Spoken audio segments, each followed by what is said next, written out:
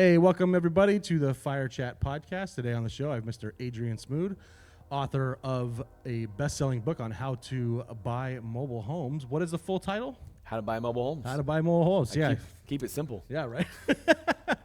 So, Adrian, welcome to the show. Thanks for having me, man.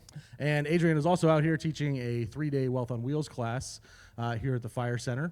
And if you're noticing that the background and everything looks a little different from our normal podcast setup, we were having some technical issues today, but it's great because we have multiple setups. So we just moved on into our auditorium here. So, Adrian, it's great to have you out here. Thanks for coming. I know you are a busy guy.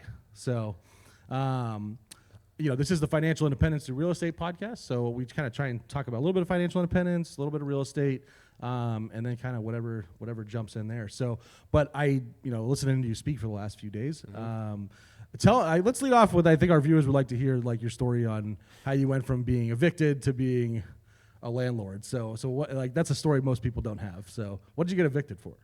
Yeah, I knew that's where you were going. What did I get evicted for? So I got evicted for parties. And a lot of people had parties when they're in their 20s or a little bit younger. Mine were for spaghetti wrestling. I love these. Pudding wrestling, mud wrestling. We did not get caught for the pool party inside the house. And then the last one was for parking a motorcycle in the living room. And I don't even think I mentioned it here. The reason my friend parked a motorcycle in the living room. Mm-hmm. So I'm from Central Florida, and this is where this is all at, where it gets cold, like maybe down to like the 40s. Yeah. And my friend did not want to wait for his motorcycle to warm up. That's the legit reason. I know you don't get super cold here, but you still get colder than that. And that was his reasoning of parking in the living room. And apparently landlords don't like that. It must have been carbureted. It was older, so yeah, you're right. I think it was. That's awesome. It was funny you mentioned that. Was my motorcycle ended up in the living room in college, in the dorms, and I didn't put it there. Okay. My friend, I had too much Jaeger and passed out, but my friends thought it'd be funny to drag my bike all the way through the hallways in the dorm and put it in there. And the way they tell this story is that I got up at midnight and went to get some water and walked right around my bike and didn't even notice it. I think they're full of crap on that part of the story. But anyways, great. Continue. So all those parties, you remind me, we didn't drink at all back then. We were just crazy. Yeah. Anyway, so then, we're problem solvers at heart as real estate investors, I believe. And I had to solve this problem of getting evicted over and over and over again. So I bought a house. So this is 21 years ago, I think. That's a good reason. Now. And that's when they would basically gave houses away for free. You just signed paperwork. And so I went and got my free house, and I signed the paperwork. And you still have it? I do not have it. I did end up selling it. But we can get to why I sold it. But I bought the house, moved my friends in, and divided my mortgage up amongst my friends. This is before, house hacking was a popular thing, but I did know someone doing it. So I was like, okay, I can copy that. And I lived for free at 20 without mom and dad. That's awesome. Yeah. It was really cool. So you were smarter than I was. Because I was the same way. I rented out to my friends, but I just divvied up all the bills. And, so I figured I was reducing my bills. Okay. But it never clicked that I could just charge a little bit more and live there for free. I never got to that point. And I still look back, I'm like, man, I was a good friend.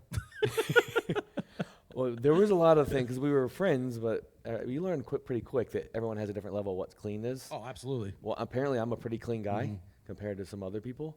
So I was like, all right, how can I encourage them to clean up? So I was going to do a cleaning fee.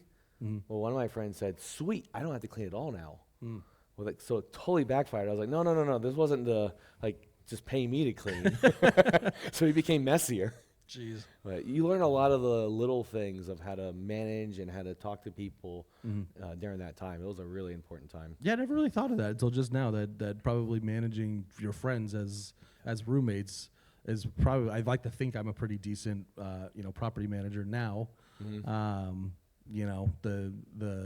My pet peeve was always the dishes. Yeah. The dishes piling up. Yeah, the dishes in the bathroom. Yeah. When I finally lived alone and it was just my one dish that sat there in the sink, or I cleaned it immediately or whatever, it was like, that was pure bliss.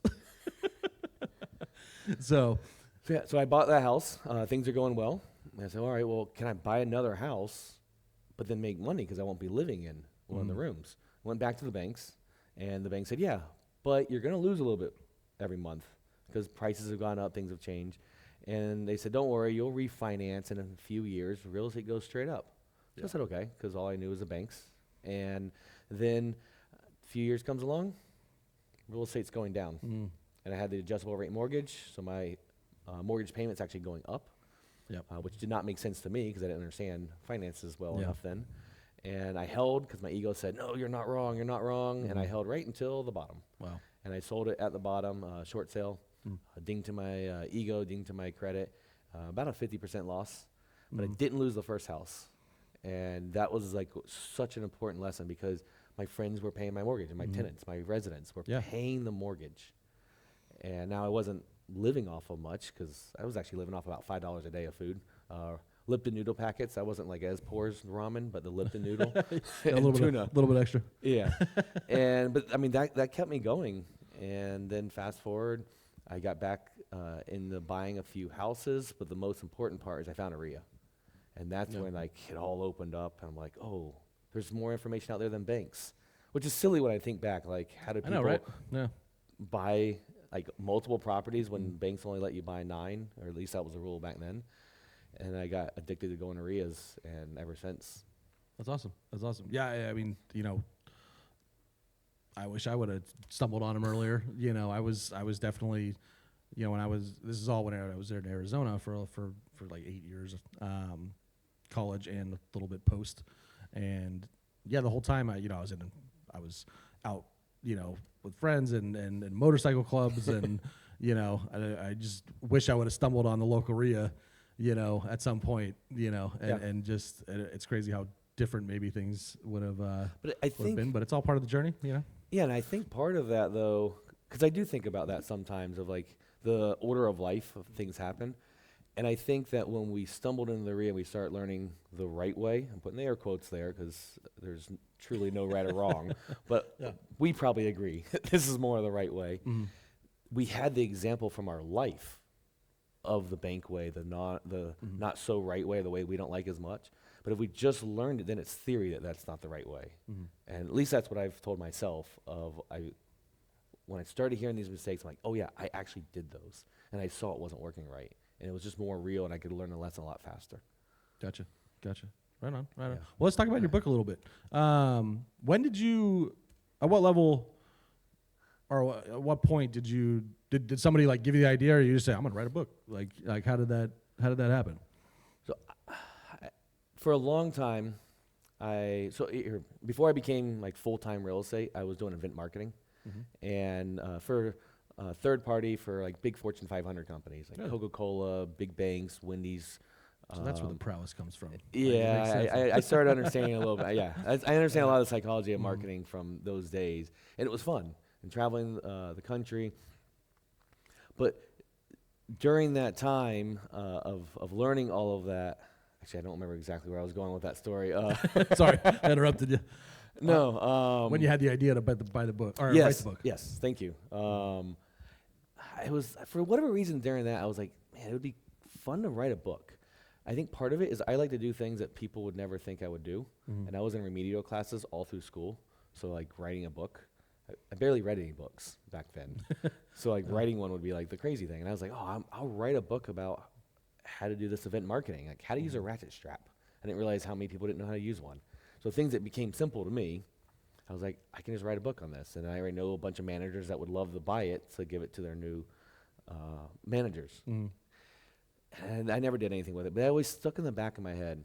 And then Should have, man. I still see so many mattresses and stuff on the freeway. Yeah, right? Or the flipped up one. It's like, well, that mattress is ruined. You might as well leave it on the side of the freeway now.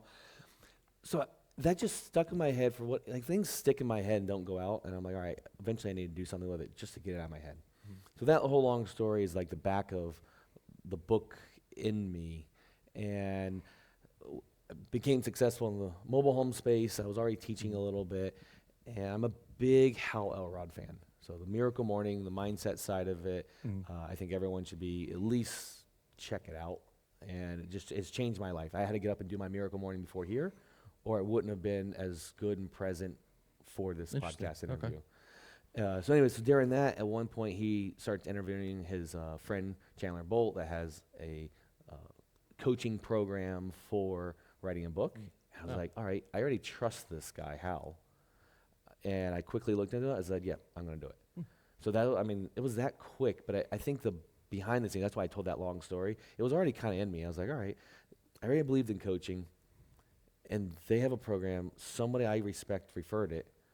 It's all there. Like, I don't need to question a lot more stuff. And Yeah, I for sure. hired them to teach me how to write the book, and it was easier than I expected. While I was writing it, I learned I'm dyslexic. So I like to kind of, in a fun way, poke at people. Like, if a dyslexic guy can write a book and a dyslexic guy can buy mobile homes, so can you. And it's Did they kind of click on why maybe you struggled in school a little bit? it all started unfolding. Wow. I'm friends with a lot of my teachers in elementary school still, and I actually texted my they call it SLD, slow learning disability. Like that term wouldn't go in today's world. Hell no.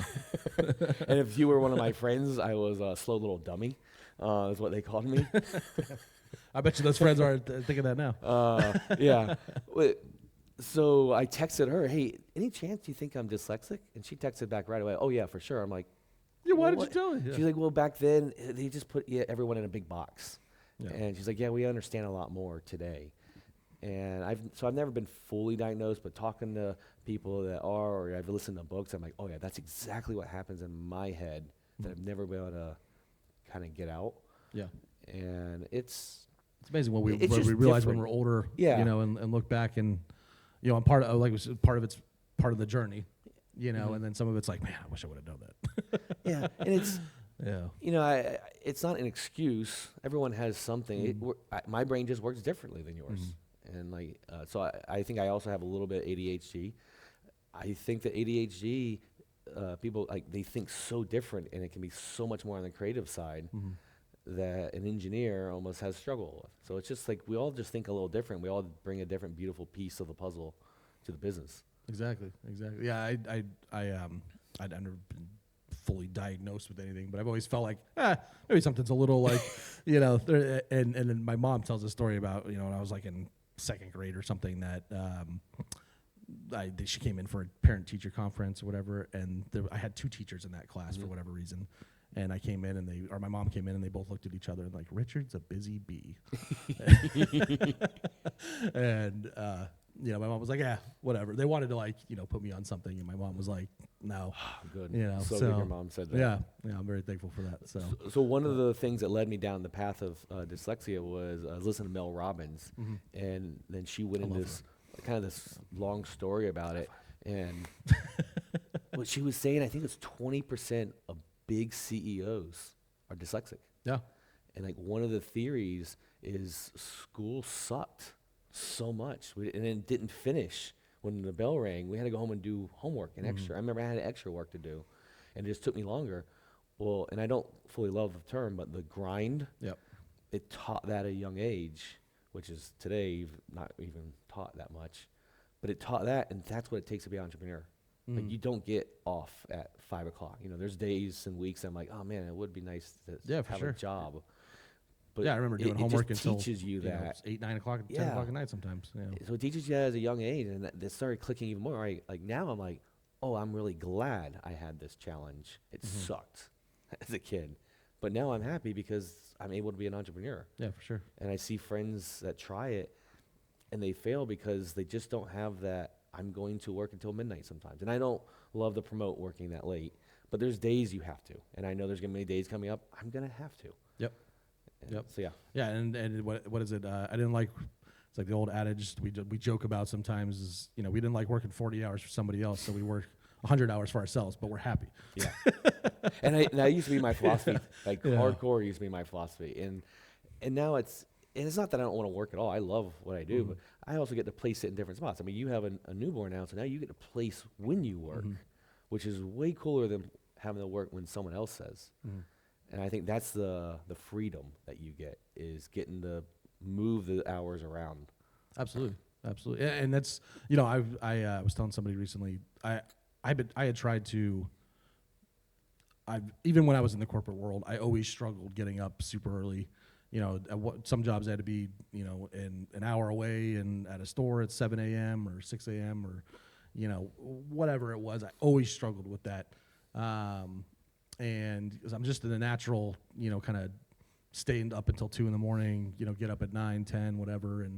But now that I have an infant, it's weird. I don't know if it's hormones or what, but like she's crying, I'm up at 5 o'clock and I'm good. And then I start, she takes her bottle, goes back to sleep or whatever, and I'm already up. So I start working. Now I'm done with most of my stuff by 9 o'clock in the morning, and I'm like, I've been trying to join the 5 a.m. club for, for years. And I even bought the book, like 6 or 7 months ago before she was born. It was called the 5 a.m. Club, I think.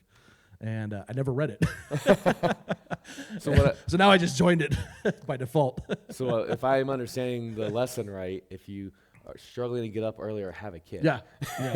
That solves that problem. Yep. You will have no choice. So it's it's been so the Miracle Morning. I gotta read that one because that's I don't remember who the 5 a.m. Club. I think Hal Elrod actually interviewed him because they're such similar concepts. But everyone's got a morning routine, and Hal is more on like 5 a.m. super early. But he talked about it. Well, if you're working third shift, you still just do it. It's your morning is your time whenever you get up. I do personally like the super early because people don't bother me as much as I try not to look at my phone.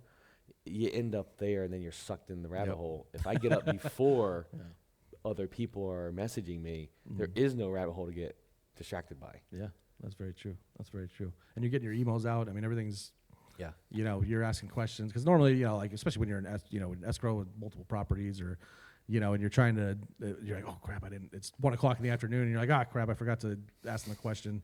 And now that, oh, crap, is like at 8 in the morning. Yeah. And it's actually getting answered by the end of the day. So. And that crazy feeling that you just said, like 9 a.m., my things were done. Like I'll get that feeling like I have so much of the day left.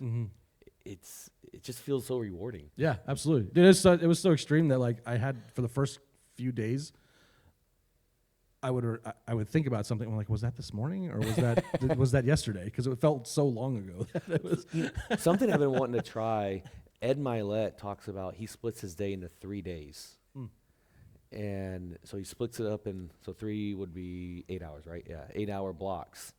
And he's like, he kind of resets his day. I haven't tried it. It sounds like an interesting theory of getting more done. I tried blocking a couple of years ago. And it was one of those things I did really well at for a little while, but then it got tough when things were when you were so like hair on fire on some stuff that it would like pop into the other blocks. And it was like, I felt like I was taking more time trying to manage it to keep it in the other blocks than just doing it. Yeah.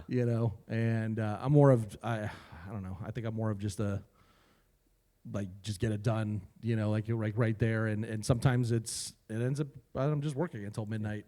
Well, if you got the discipline just to get it done, I don't think you need time blocking as much. I think most of us don't have that discipline, especially because most of us work from home. Yeah. And that's a big challenge because the couch is there, the kitchen's there. Once I start eating, that's why I eat real late. My productivity just crashes, and then I want to go eat again. Yep. So I need that discipline of the blocks. Yeah, I'm definitely like that's where the ADD, the busy bee thing comes in, where it's just like, I'll be on the computer just grinding away, and I'll, it'll be an hour of work, 10 minutes of Reddit, which turns into 30 minutes of Reddit, and then another hours of work, and jump in and play a game for 20 minutes, and I'm really good at just going back and forth. Okay. And, but I'm all over the place. So sometimes it's great, sometimes it's frustrating, because I'm finally like ready to hang it up, and I'm like, oh, I forgot to do this, and it's another hour. I think that ability to go back and do something fun, that's something I didn't do for a while. I just would try to grind out my day. And now I try to block in. I learned I'm not productive in the early afternoon. So like that 2 to 4-ish, I just like, I'm a snail. Yeah, that's so where like, my fall why asleep even try to time. work then? Let me go and actually do something more fun. And I found then I'm recharged. And if I need to do an evening like shift, I can do it productive. Where before I try to push through it, and then my evening, if I tried to do something, I just felt like crap, and I wasn't even productive anyways. Yeah, for sure. So those 20 minutes of playing games, I love it. I wish I would have learned that earlier.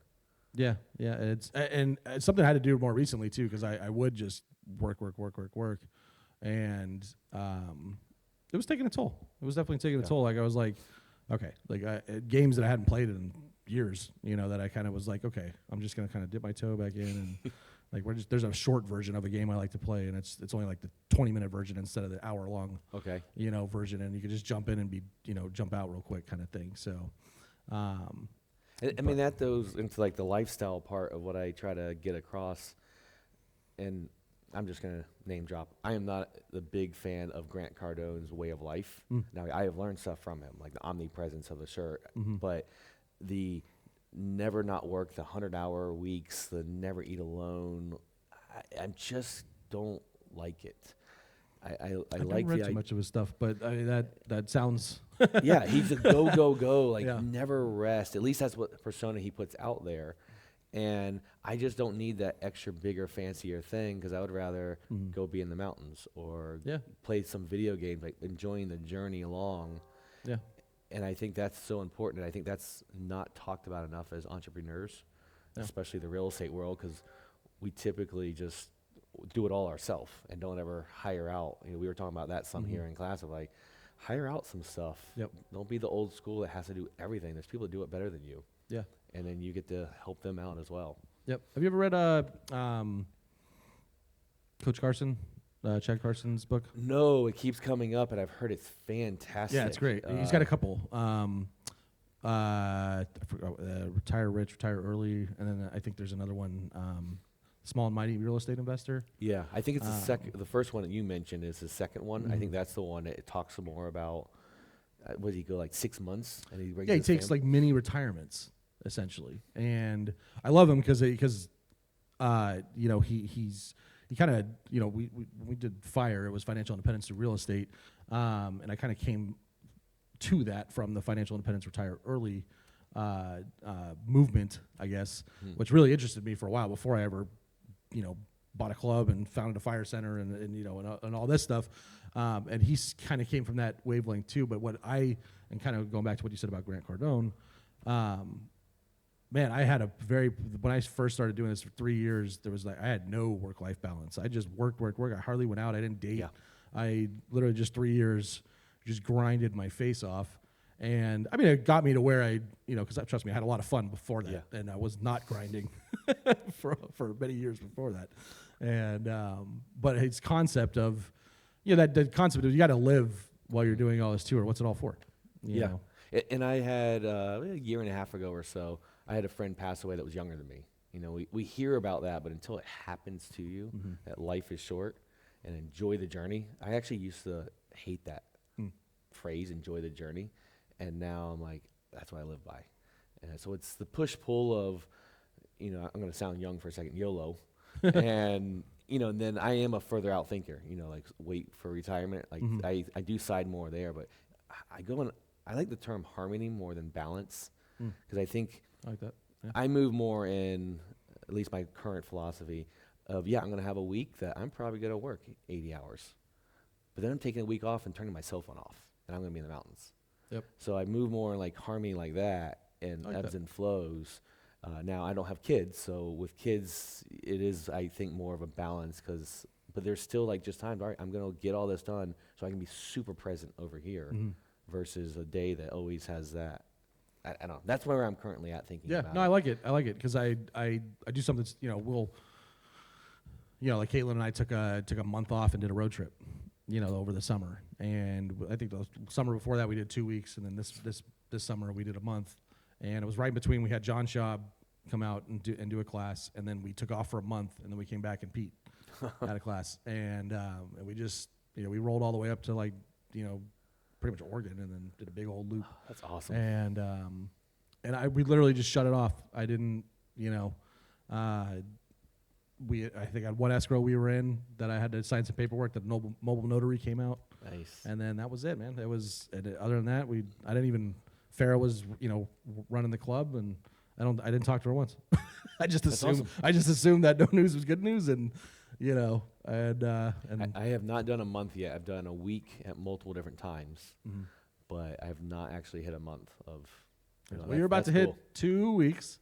I am 2 weeks. You're going to India. Well, I don't know if I'm going to turn my phone off, but I am going to India. I'm going to ask my office manager where her confidence is. So my confidence in her is way past where her confidence is, and we've been building it up, and she knows that. But yes, I'm going to India for about 2 weeks for yoga retreat. I'm big into yoga, and I mean, as we've talked a lot, the mindset I believe is the most important, and it makes business so much easier. Mhm. I mean, you can read a book and business is kind of done.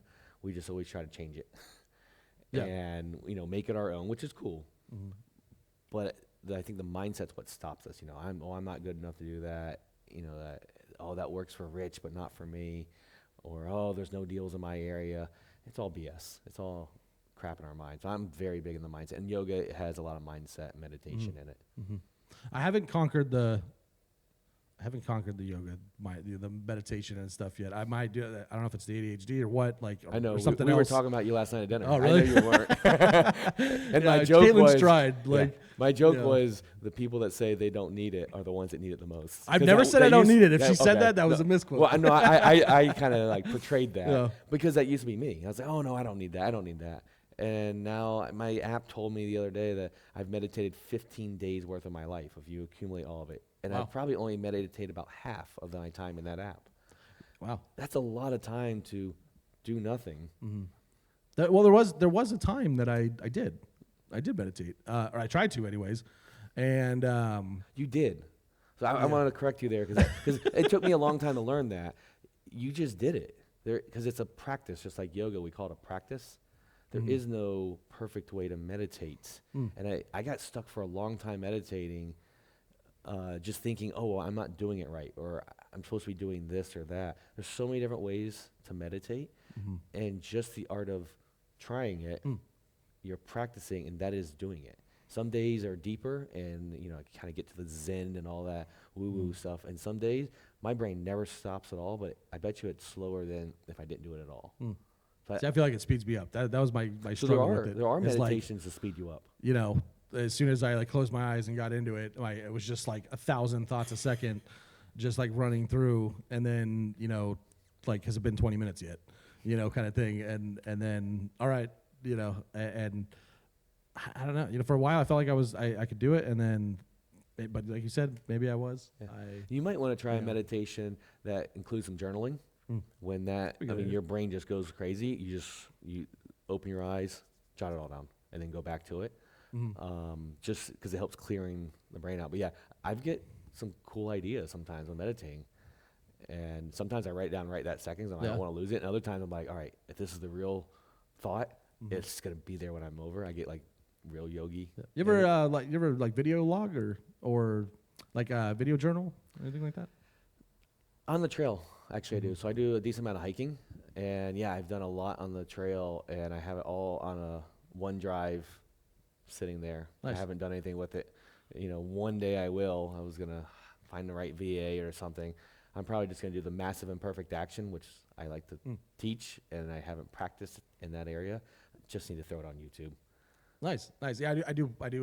Maybe it's a version of. I don't do it super. I don't do it every day. I try and do it a little more regularly, but sometimes sometimes it's weeks before I remember to do it again. But I'm a Star Trek nerd, so I like to do. I call them captain's logs. Okay. And I just keep a folder. I don't do like a star date or anything because I still, even though I've watched tons of Star Trek, I don't really get how the star date thing works. But I just talk. I just record myself for like 30 minutes, just stuff that's going on, stuff that happened. Occasionally I go back and watch it. Okay. But I've been trying to get better at journaling or just note taking, and because I used to be able to be pretty good at keeping it all up here and keeping it all together, but I don't know if it's age or busyness or you've been doing it so long, it's compounding so much that it now can't keep it anymore. I think that's what's happening. I'm getting back to just doing the free journaling. Yeah. Because somebody challenged me. They're like, well, maybe you have some body pains, because I get pretty in touch with like, all right, I feel a little bit here, and they're like, well, maybe you're storing up old stress, and if you just write and write and write and write until there's like the page is full and you don't stop and you don't filter anything. So I'm back to trying that again. Gotcha. I've never done that concept in video. That actually sounds scarier to me, to video it than write it. Maybe it's because like someone might actually hear me or see me like of my thoughts, and because sometimes I'm like, I'm embarrassed of those thoughts. Like that came through my head.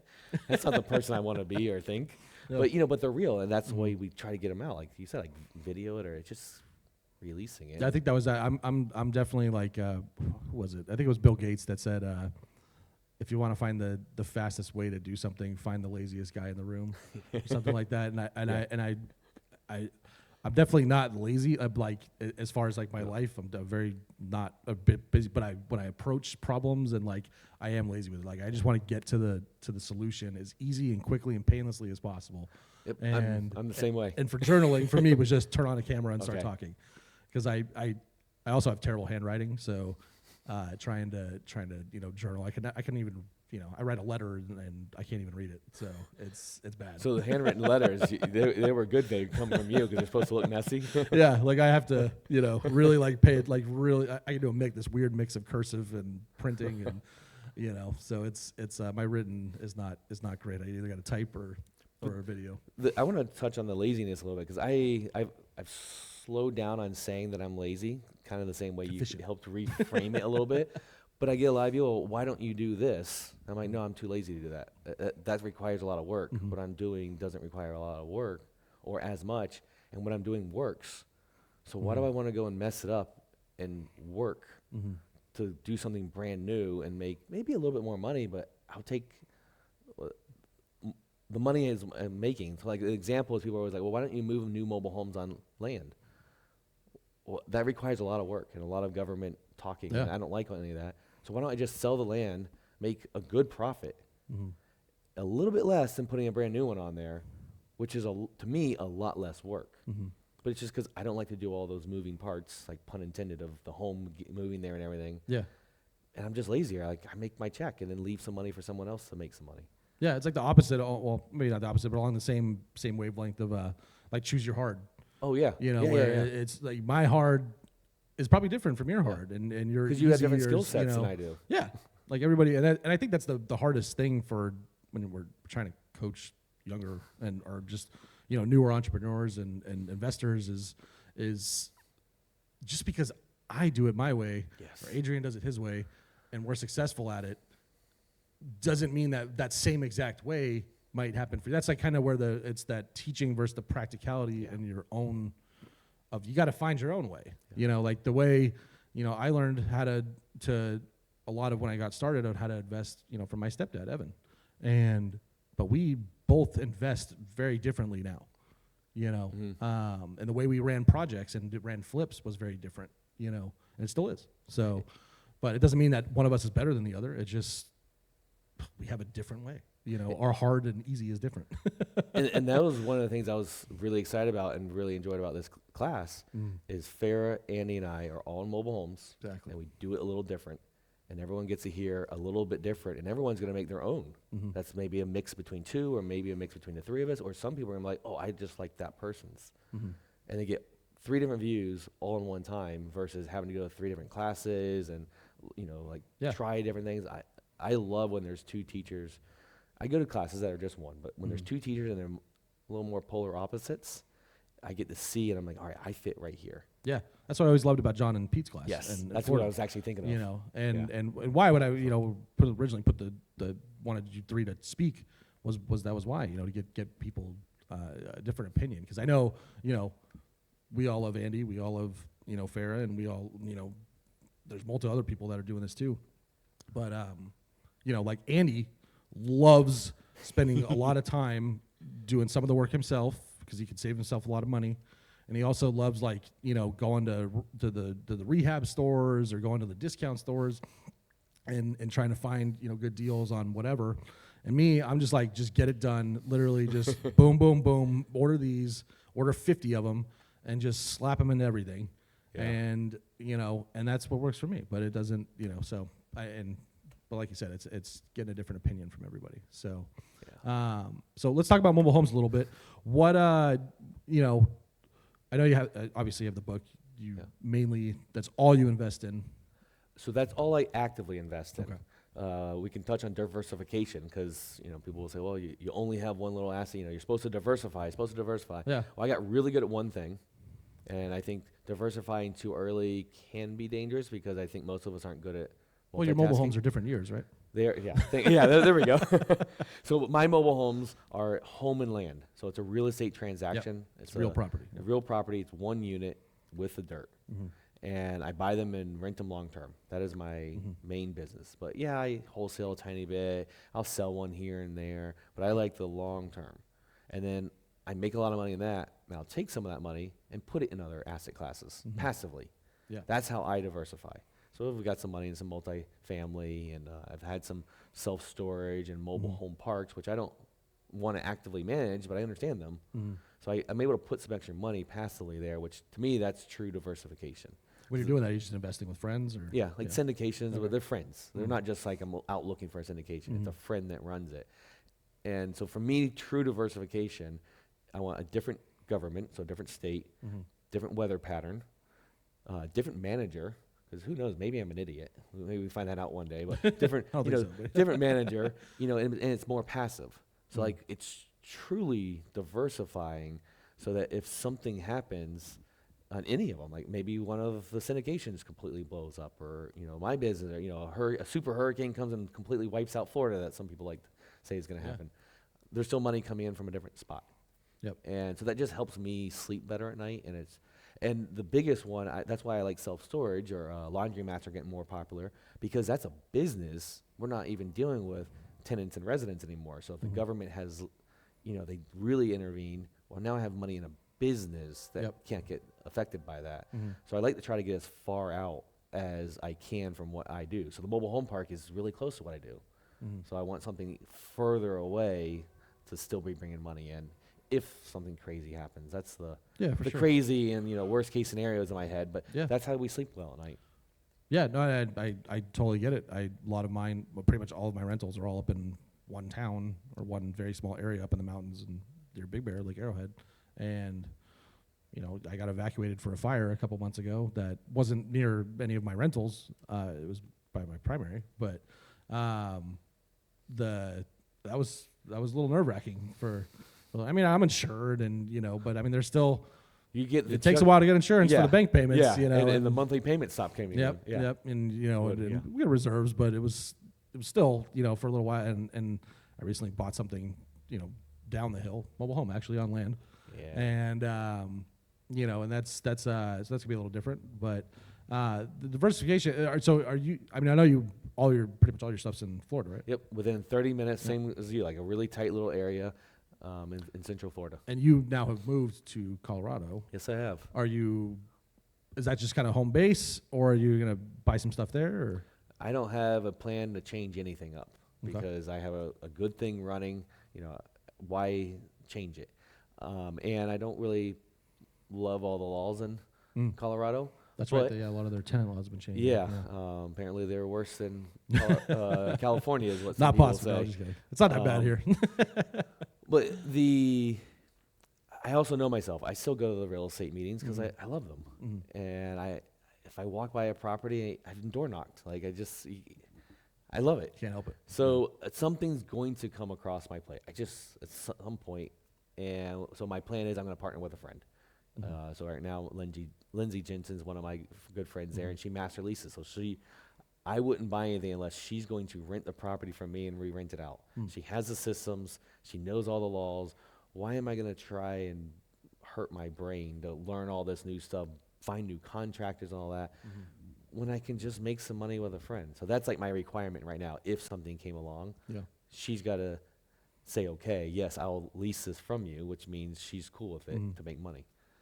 So that's Nice. my filter right now. Nice. But I'm not looking for anything. And you gonna stay planning in Colorado? That's the plan right now. Yeah, it fits that yogi life, the meditation, and I love the outdoors, and so I'm really enjoying it there. And if things change, then maybe I'll move. But right now, I'm really liking it. Gotcha.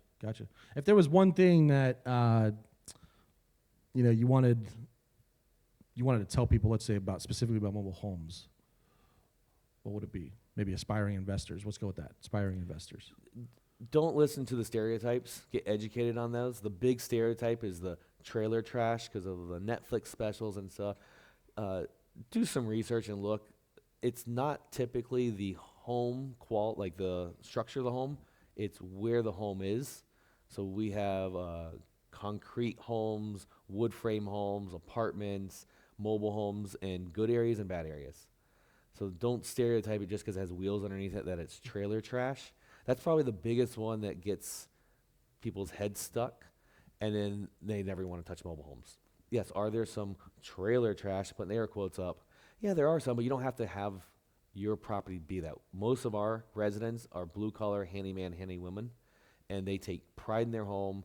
They take care of it. It's the contractor, the AC tech, the electric guy and girl, the plumber. It's their home. And so that is probably one of the biggest stereotypes. There's other ones. We can finance any year. There's a lot of rumors and myths on that. They fall apart. They depreciate. They're terrible investments. All of those are myths. It's just like any real estate.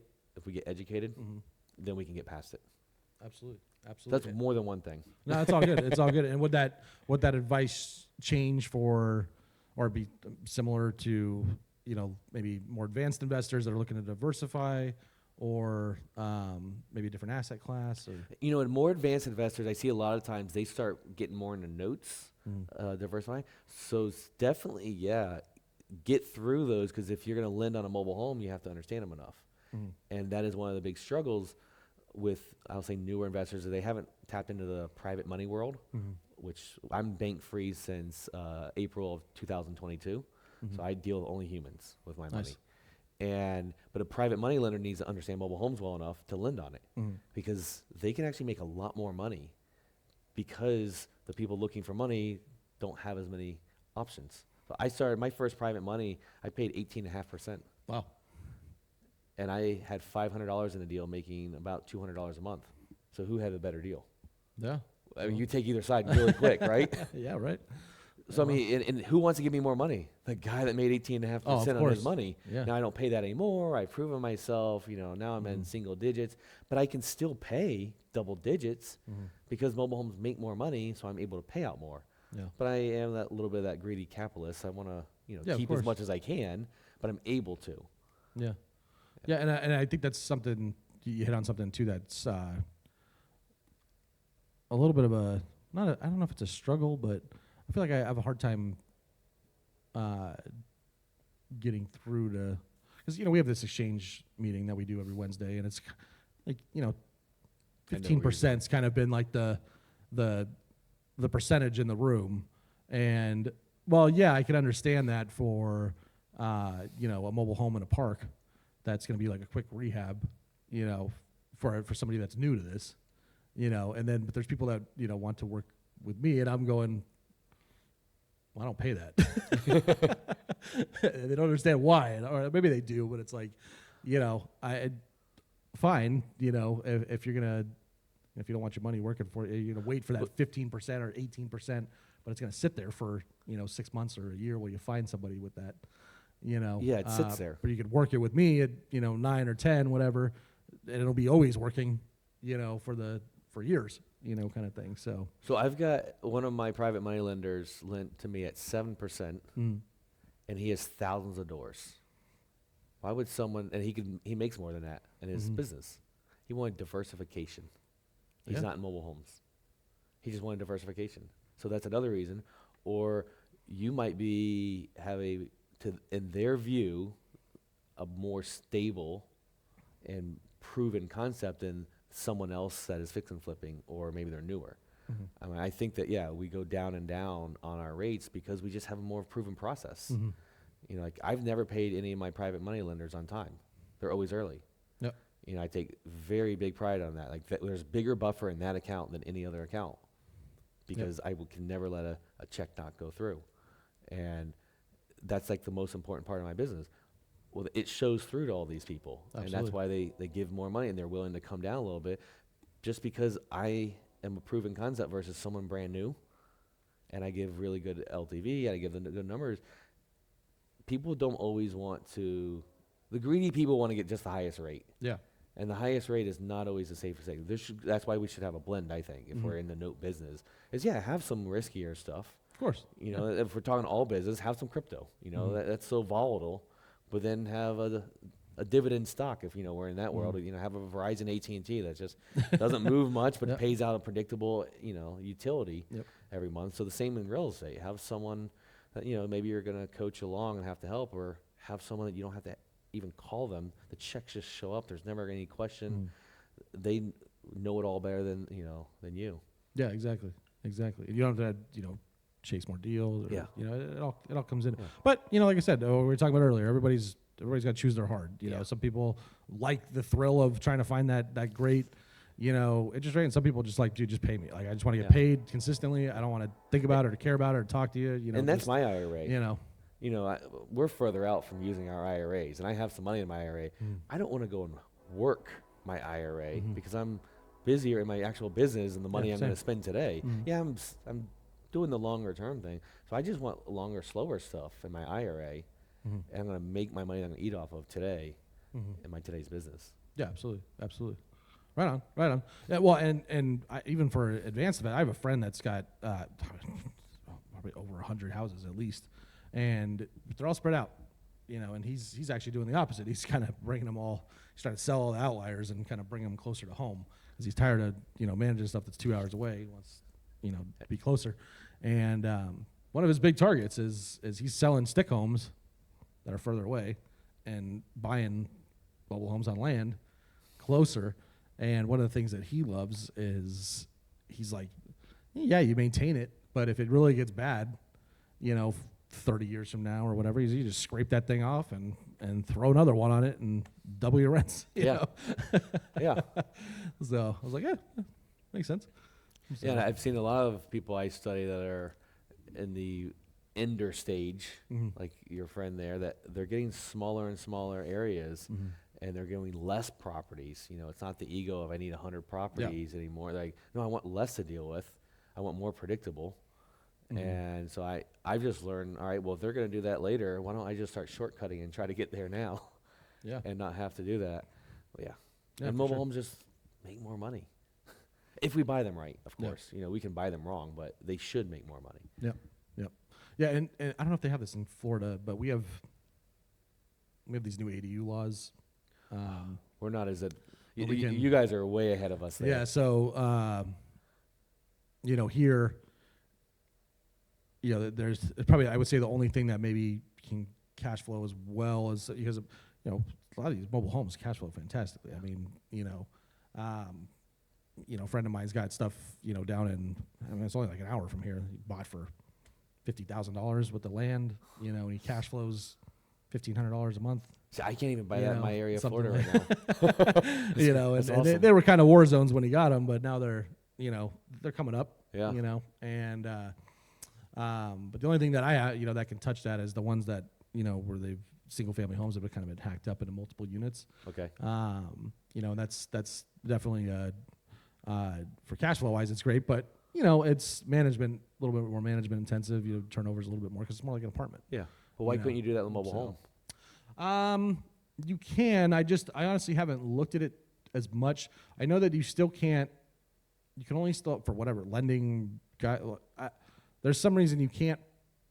I might be wrong on this, but as far as I understand, that you can't do like multiple mobile homes on a lot yet. Yeah. They still only allow you to put one mobile home but I think you can, per APN. Now, if you can lot split, as part of some of these new laws, could you put the ADU on there? Your ADU can be a mobile home, but it still can't be another mobile home. But you could put it. But you could have actually, one of the guys in San Diego just did. He showed me his plans, where he had a house, regular house, and his ADU was he just stuck a mobile home in the back. Okay.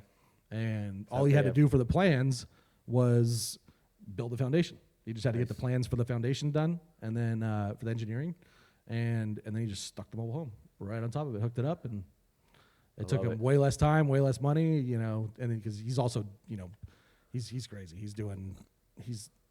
He'll take a house and then turn it into like a 12 unit. Okay. San Diego's got some crazy ADU laws where they basically let you all these bonus ADU laws if you're close enough to transportation, they'll let you do these bonus ADUs. So you can get so he's got one. There's like 12, but it's all from scratch. They saved like the living room of the house and then built an apartment complex on the back of it, kind of thing. And but it's cool. It's cool. So there are plays that be able to just slap a mobile home in there. And I know people have bought brand new mobile homes, like a 4.3, and turn it into a 5.3 and rent it out by the room. Yeah. And then Airbnb, like a lot of people don't realize you can combine some of these strategies Mhm. with mobile homes, because all we are is how the structure was built. Yeah. So these different strategies that we learn, options, master lease, Mhm. it all can work with a mobile home. Yeah. And some of these, I mean, these newer ones too are, I mean, they're gorgeous. Oh yeah. They got the park models too with little patios up front, Yeah. and they're definitely not the little tin roofs and metal siding, that just are the kind of like glorified trailers, like travel trailers Yeah. that they. That's the stuff I buy. Which I mean, Yeah. there's still we have a couple. I mean, of they them, make me more money. I just got into the 2000s. I bought a 2004. But it makes me a smaller ROI, but more dollars per month. But that's just, I bought whatever I could afford at the beginning. Yep. And now I'm upgrading the portfolio and a little bit less management, a little bit more dollars per month. So I need less properties to still have the same amount of money coming in or more money coming in. Yeah, absolutely. And so that's how I've been growing my portfolio, because I don't even want 15 units. Like I stay around usually 30 somewhere. And that's a good number to manage. I can be here, and I do have an office manager, but we don't want to grow to have hundreds and hundreds of doors. That's just not my vision. On those older units, is there a lot of maintenance? There is going to be a little bit more maintenance in a newer one. As I mentioned, we look for the blue collar handyman, handywoman. That's right. Yep. And when we do that, they don't call me when the toilet flapper is bad, because they're a plumber. And Yeah. it's an insult to them to have to have me right. come out and do a toilet flapper for them. So, but technically, there's going to be a little bit more maintenance on it. But just like any home, Yeah, of if course. you repair it and take care of it right, and you can fully rebuild a mobile home. So whenever I teach my classes, I bring Mark in to teach how to fix and flip, because I don't fix and flip. And he always says, I take the trailer out and put the home in. Yep. And if you see the pictures of the inside of his, you think they're a house. They're Yeah. so beautiful, and you can do that with any mobile home. Yep. Right on. Yeah, the one I just got. I haven't actually got inside of it yet. There's some squatters in there that I bought it a month ago. I still haven't got over there, and that's how busy I've been. So, but sometime, hopefully in the next week or two, I'll get over there. But I think it's a 66, 68, something like that, and it's they built like another like a half addition kind of thing on the side of it. So, but yeah, right on. So, so on the financial independence part of this, was that? I mean, I know when you live for free with your college roommates, and then bought your own house. Was financial independence something or financial freedom, something that you knew back then that you wanted, or was it something you realized later? And then when did you kind of decide or how to do that? I think I wanted it, but I couldn't put that into words. So I grew up in an entrepreneur family, like literally in the middle of the business. My parents had a garden center with plants and statuary, and then it grew into having wrought iron custom stuff. And we literally lived in the middle of the garden center. So I grew up understanding, we have freedom. Now we're the small business that work every day, because you live in the middle of your business, and vacations, we got to take a decent amount of them, but they were always business related, which is still cool. I mean, I still do that today. And so I just grew up with that kind of mindset, and I did have a very few like regular jobs, and man, they sucked. It was just more of like, man, I know where I'm gonna be on Thursday 3 years from now at noon. Like that was so hard for me to I've never heard anybody put it like that. comprehend, because I worked at the YMCA, and I love the Y, but twice a week I worked Tuesdays and Thursdays for 4 hours each. At one point in my life, and I was shocked how much I hated it. But I love the fitness center, and I love the people I talked to. But it was the fact that I knew where I was going to be years from now. That just terrified you. Yeah, it really did. So I mean, that's wording it in a different way. I didn't know. So then once I really got into like vision work and wanting to plan my future and what it looked like, that's when I was probably able to put it in words more. Like I just want to control my time, and I think that's what money really does. Is a control of time. There's a bad part of money that it just always has a grasp on our. There's never enough. I'm overcoming that now. I'm still working. I think we are going to always work on that. If you find a trick that you don't have to, teach me. But it's the I haven't found it. be able to do what you want when you want with who you want. And I really think internally we all want that in some way, even if we're still going to work a W-2 because we want that security or we just really like it. Mm-hmm. You know, there's nothing wrong with, you know, I think sometimes in the entrepreneur world we shun W-2 work, but it's needed, and there's people that want to it and they get significance out to do it. Mm-hmm. But still have, if you can still have enough investments that have the freedom that you don't have to, now you're in a different power and you get to say, no, I don't want that position, or I want to move over here. And they say, no, you can quit and then go work somewhere else. Mm-hmm. If you don't have that freedom part of it from your finances, you can't say no to the manager because now you can't feed your family. Yeah.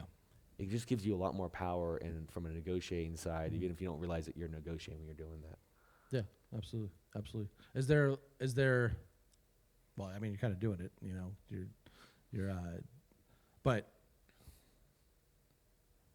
see, for me, like, I always thought it'd be cool to like, I just want to go, I just want to pick up a couple shifts at In-N-Out. Like, I love In-N-Out. I just want to go there and like learn how to make a double. You know, is there anything like job that you would just like to go learn how to do just for, for fun, I guess? Like, yeah, I wanted to do fireman. Yeah. I don't know why. It just looked hard and challenging and fun. And I looked into it at one point, and the time of the training that they were going to put in to me for me to go play with this even job. for like volunteer? Yeah, it was still like a 6-month training in the Really? volunteer, at least the one I looked at. And I just felt bad.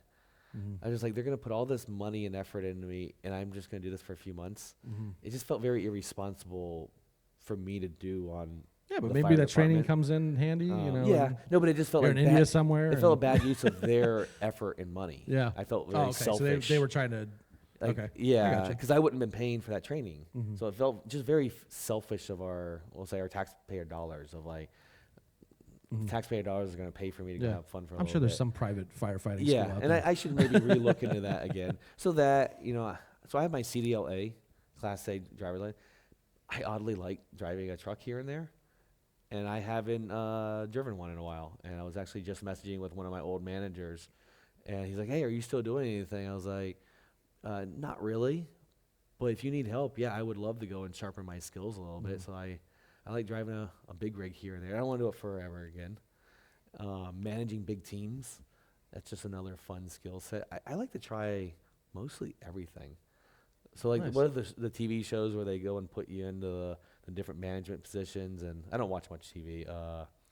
Where you just get dropped into a job. Or a like the manager. reality show. Yeah, I know there's. The only other Or thing the is like undercover boss stuff Yeah, that's the too. only- Like I think of like those things. I'm like, those look like so much fun to me. Yeah. Just to go and drop in and experience how to do something else. I just like experiences of everything. Yeah, yeah. I get it. I get I think a lot of us maybe would be good at consulting. Yeah. Hey, let me just watch you for a little bit and give you some pointers on how to make this easier for you. Because again, lazy. Yeah. So right on. They're gonna start busting down our door here to get the event going in a second. But we'll let's wrap up with. I want to know more about what. Because I know at one time you had a different brand that used to be on your shirt, and then you're moving into lifestyle real estate investing. Tell me about that. What is that? So my different brand that you're alluding to is My Wife Buys Mobile Homes. Mm-hmm. And if we were talking about like Central Florida right now, about you selling me your mobile home, that's a shirt I'd have on. Mm-hmm. So when I'm in Central Florida, I'm doing something there. It's My Wife Buys Mobile Homes as my marketing shirt. I'm not seen in public without it there. But Lifestyle REI, or I had to actually spell it out for Colorado, because even at a RIA in Colorado, which they don't call RIAs, they still think I work for REI, the hiking company. Yeah, that's especially in Colorado. Yeah. So I literally had to spell it out. I redid the shirt recently to spell out real estate investing. It used to say that's funny. So anyway, it's my education. It's mainly mobile homes, but I got some marketing because I love talking about marketing and landlording. And I'm going to bring in some more the lifestyle part that we were talking about. I think that is why we're doing it. So I teach how to buy mobile homes. I want to go further. The mindset side of it, the holistic. That's my next thing. Maybe I'll find it in India of what it really is. But I'm going to take some time to be still, and I just love helping and teaching. Awesome. Yeah, and I'm sure we'll have you on the show again. I'm interested. Mindset's something that definitely, because I used to be that. I didn't realize, when I was before I went on this journey of real estate and everything, of how, positive thinking and abundance thinking and, all that stuff went into all of this, and how much I was the opposite without even really realizing it, Like you think of yourself as a positive person, but maybe you're not as much as you think you are. Yeah. I blame society Yeah. for it. We've created this, and I don't think society did it on purpose. Mm-hmm. And like you said, you think you're a positive person. I think I'm a positive person now, but I bet you in 10 years I'm going to look back like, man, that Adrian then was negative. Mm-hmm. But it's just because I'm always, looking to be a bigger shining, and more. That's part of the color of the shirt being yellow. Mm-hmm. The yellow came first, but then after I started learning about colors, yellow is a sunshine and bright and positive. So I was like, all right, cool. I'm going to keep that color. Mm-hmm. I've been very particular on all my marketing of like what messages it's sending subconsciously. Yep. That's why it's funny. But the colors are a big one. Yeah. And we, I like the contrasting black and white, and so all of our, like the IREC logo, you'd see it on the wall over there, and when we were getting this new banner made, Caitlin was like, "Can you please put some color into it?"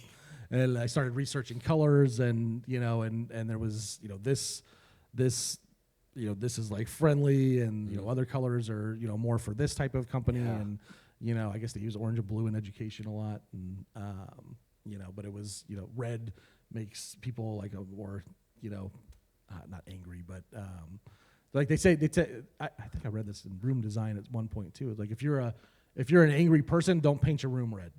Okay. Like you want something calming, like paint it blue. Because everything, we have red lights, we have stop signs. In the stock market, red is down. So we're trained that red is not good; it's negative. Yeah.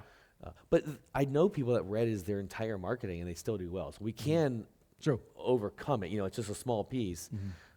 But I like to try to put all the small pieces there, and the subconscious works, that way. Yep. Yeah. Get what works for you. Yeah, exactly. And I believe it works, and that's the most important part because of the placebo. If I don't believe it, then I'm not going to have confidence to wear my shirt. Yep.